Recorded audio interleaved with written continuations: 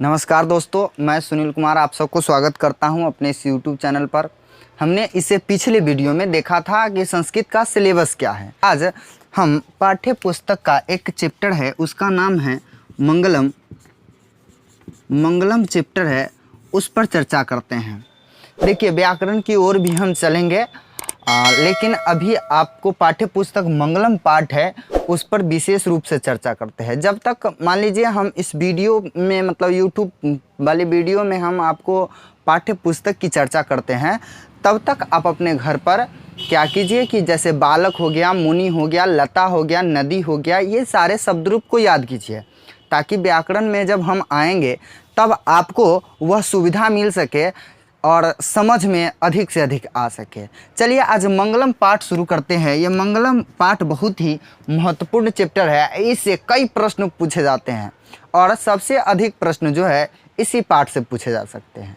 हालांकि ये कोई ज़रूरी नहीं है कि इसी पाठ से पूछे, लेकिन अधिकांशतः जब पूछा जाता है तो 2-3 प्रश्न इसी से पूछा जाता है। मंगलम, सबसे पहले ये मंगलम पाठ है। ये मंगलम पाठ का अर्थ होता है शुभ, शुभ सूचक, शुभ सूचक कहिए। और आपने पढ़ा होगा 8th क्लास, 9th क्लास और 10th क्लास में भी पढ़ रहे हैं मंगलम। ये मंगलम का मतलब होता है शुभ। लेकिन चलिए, ये मंगलम जो पाठ है, ये मंगलम पाठ कहाँ से लिया गया है? ये मंगलम पाठ लिया गया है आपको उपनिषद से लिया गया है। कहाँ से लिया गया है? उपनिषद से लिया गया। मंगलम पाठ कहाँ से लिया गया है? उपनिषद से लिया गया है। और मंगलम पाठ में मंत्र कितने हैं? मंगलम पाठ में मंत्र या श्लोकों की संख्या जो है 5 है। मंत्र कहिए या श्लोक की कहिए, वो 5 है। मंगलम पाठ में जो उपनिषद से श्लोक लिया गया है उसी को मंत्र कहा गया है, तो ये 5 है। लेकिन मंगलम पाठ में जो है आपसे पूछे उपनिषद की संख्या कितने हैं? मंगलम पाठ में उपनिषद की संख्या कितनी है? तो उपनिषद की संख्या 4 है। उपनिषद की संख्या कितनी है मंगलम पाठ में? देखिए ध्यान दीजिएगा, मंगलम पाठ में उपनिषद की संख्या कितनी है? तो 4। और मंत्र कितने हैं? 5। मंत्र की संख्या 5 है और उपनिषद की संख्या है 4। अब जब उपनिषद की बात आती है तो कुल उपनिषद की संख्या जो है, कुल उपनिषद की संख्या है 108। कुल उपनिषद की संख्या कितनी है? 108।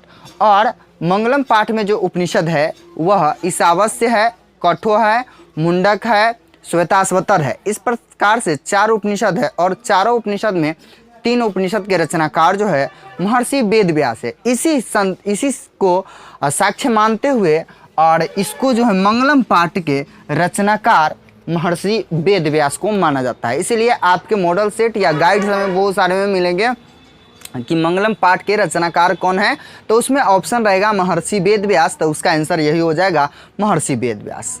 ठीक है। और इसमें जो 5 श्लोक है, खूब पूछता है प्रश्न कि मंगलम पाठ में मंत्र की संख्या कितनी है, तो वो है 5। मंगलम पाठ में मंत्रों की संख्या कितनी है? तो वो 5 है। और मंगलम पाठ में उपनिषद की संख्या कितनी है? तो 4। उपनिषद की कुल संख्या कितनी है? 108। चलिए, जब उपनिषद की बात आई तो हम उपनिषद पर चर्चा करेंगे थोड़ा सा, फिर मंगलम पाठ में चलेंगे। उपनिषद क्या है? उपनिषद किसे कहते हैं?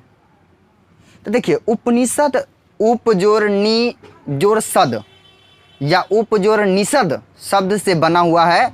उप मतलब होता है समीप, अर्थात उपनिषद का अर्थ होता है गुरु के समीप निष्ठापूर्वक बैठना। कई बार प्रश्न पूछा गया है कि उपनिषद का अर्थ क्या होता है, तो उपनिषद का जो अर्थ होता है गुरु के समीप निष्ठापूर्वक बैठना। प्राचीन में होता था क्या? प्राचीन समय में जब शिक्षा ग्रहण करने जाते थे आश्रम में, तो गुरु के समीप जो है बैठकर ग्रहण किया जाता था। तो गुरु के समीप जो बैठते थे वह निष्ठापूर्वक कहने का मतलब है किसी भी प्रकार के उसके पास छल प्रपंच लोभ मोह न हो, तो उसको निष्ठापूर्वक कहा जाता है। तो वही उपनिषद का अर्थ होता है गुरु के समीप निष्ठापूर्वक बैठना। और उसी उपनिषद से लिया गया है ये मंगलम पाठ। और उपनिषद वैदिक काल के, वैदिक अर्थात जिस काल में वेदों की रचना हुई उसको वैदिक काल कहा जाता है। वैदिक काल के अंतिम भाग को उपनिषद कहा जाता है। आपके इस पाठ में जाइएगा तो मिलेगा उपनिषद वैदिक मांगवस्य अंतिमे भागे दर्शन शास्त्रस्य सिद्धांतान प्रकटयन्ति। वैदिक काल के अंतिम भाग में जो दर्शन शास्त्र का सिद्धांत प्रकट होता है उसी को उपनिषद कहा जाता है। तो वैदिक काल के अंतिम भाग को उपनिषद कहते हैं और उसमें दर्शन शास्त्र का सिद्धांत प्रकट होता है और इसकी कुल संख्या 108 है। इसके रचनाकार महर्षि वेद व्यास है। चलिए इस चैप्टर में हम प्रवेश करेंगे अगले वीडियो में। वीडियो लंबा हो जाएगा, इसलिए तब तक के लिए इतना ही। अगले वीडियो का इंतजार कीजिए। धन्यवाद इस वीडियो को देखने के लिए।